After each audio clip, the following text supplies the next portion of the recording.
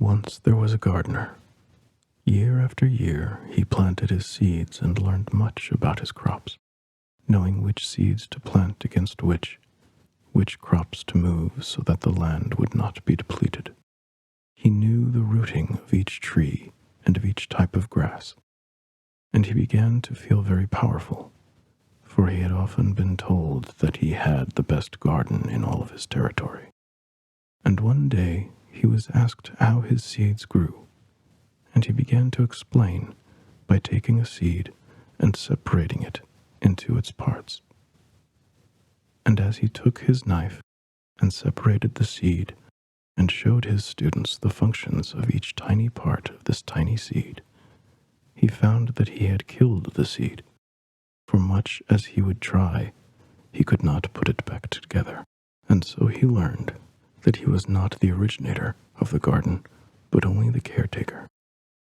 My friends, we ask each of you at this time to consider that you, yourselves, are seeds planted in the garden of earth. We ask you to understand that you are whole and perfect. It is good to nurture yourself. It is good to understand yourself and to care for the garden that you have created for yourself to grow in.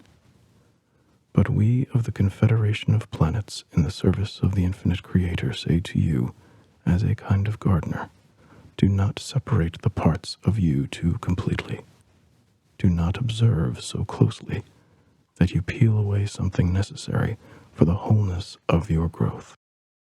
Allow yourself to be, for in that way, the instinct that is within you to become can have its way in its own time and at its own pace.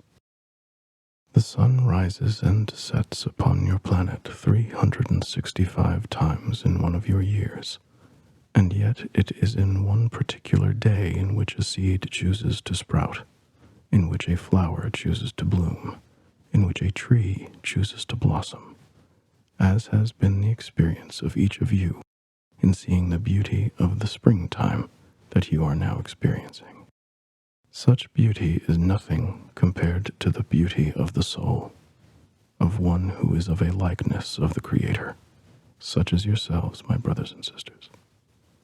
Therefore, as you observe yourself, allow yourself the freedom to be instinctual, for your instincts are good, and the love which you find in meditation will know how to direct itself as your moments come.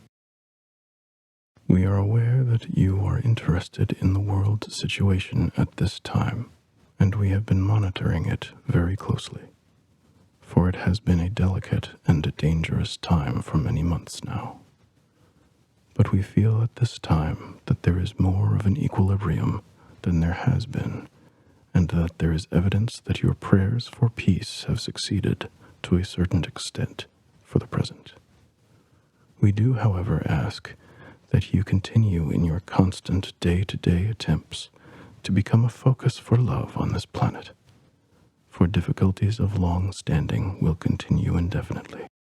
As far as we know, there will be need for your prayers for peace.